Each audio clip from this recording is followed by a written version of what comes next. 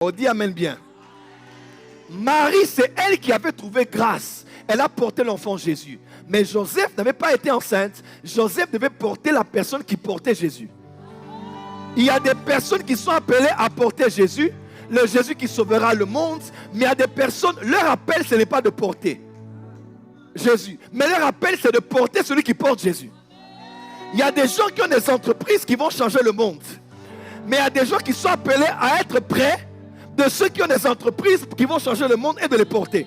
Ça va peut-être vous choquer, mais Dieu ne nous a pas bénis. Dieu n'a pas béni 2 personnes sur la terre. Il n'a jamais béni 2 personnes. Dieu a béni une seule personne qui s'appelle Abraham.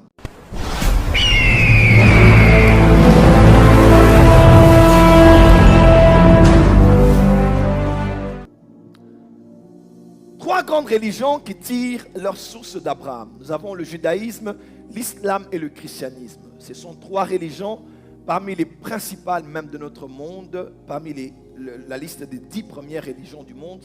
Nous avons le judaïsme, nous avons l'islam et nous avons le christianisme. Toutes ces religions tirent leur source d'un homme qu'on appelle Abraham. Abraham que Dieu choisit, Dieu l'a choisi lui et lui seul. Dieu l'a béni et nous a tous bénis par lui qu'on appelle Abraham. Et ce sont des religions qui sont monothéistes, qui croient en l'existence d'un seul Dieu. Les Juifs croient en un seul Dieu, les musulmans en un seul Dieu et le christianisme en un seul Dieu. Amen. Dans le Coran, on dit qu'il y a un seul Dieu et il y a un seul intermédiaire. On parle de son prophète qui s'appelle Mohammed. Dans le judaïsme aussi, on croit qu'il y a un Dieu. Il y a un Dieu unique, Ehad en hébreu, le Dieu unique, le Dieu qui est un. Dans le christianisme aussi, on dit la vie éternelle, c'est qu'on puisse croire en toi, le seul vrai Dieu, et Jésus-Christ que tu as envoyé comme ton messager. Amen. Et Dieu avait pris cet homme, Dieu a béni cet homme. Il a dit, je ferai de toi une source de... Il dit, je te bénirai et je ferai de toi une source de bénédiction. J'aimerais dire à quelqu'un ici, il y a 2 dimensions de la bénédiction. C'est la dimension d'être béni et la dimension de devenir une source de bénédiction. La plus petite dimension de la bénédiction, c'est d'être béni. Mais la plus grande dimension de la bénédiction, c'est quand tu deviens une source de bénédiction pour les autres. Ça n'intimide personne que tu sois béni. Mais ça devient intimidant et révolutionnaire quand tu deviens un canal par lequel les autres sont bénis. Et j'aimerais vous dire, ça va peut-être vous choquer, mais Dieu ne nous a pas bénis.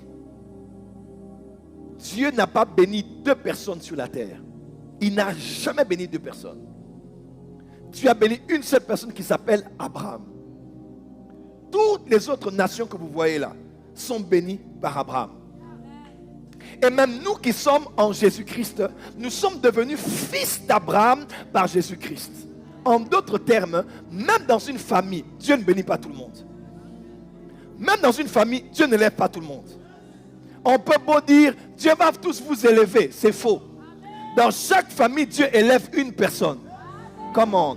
Il élève une personne et c'est par cette personne-là qui est bénie, elle devient une source de bénédiction pour les autres. Est-ce que je peux avancer ici? Voilà pourquoi il est écrit, lorsque le Fils de Dieu sera élevé, il attirera tous les hommes à lui.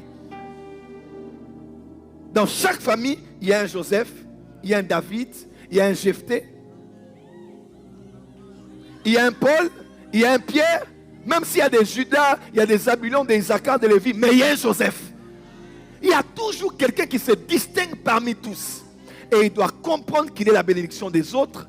Et les autres, please, vous devez comprendre que c'est lui notre bénédiction.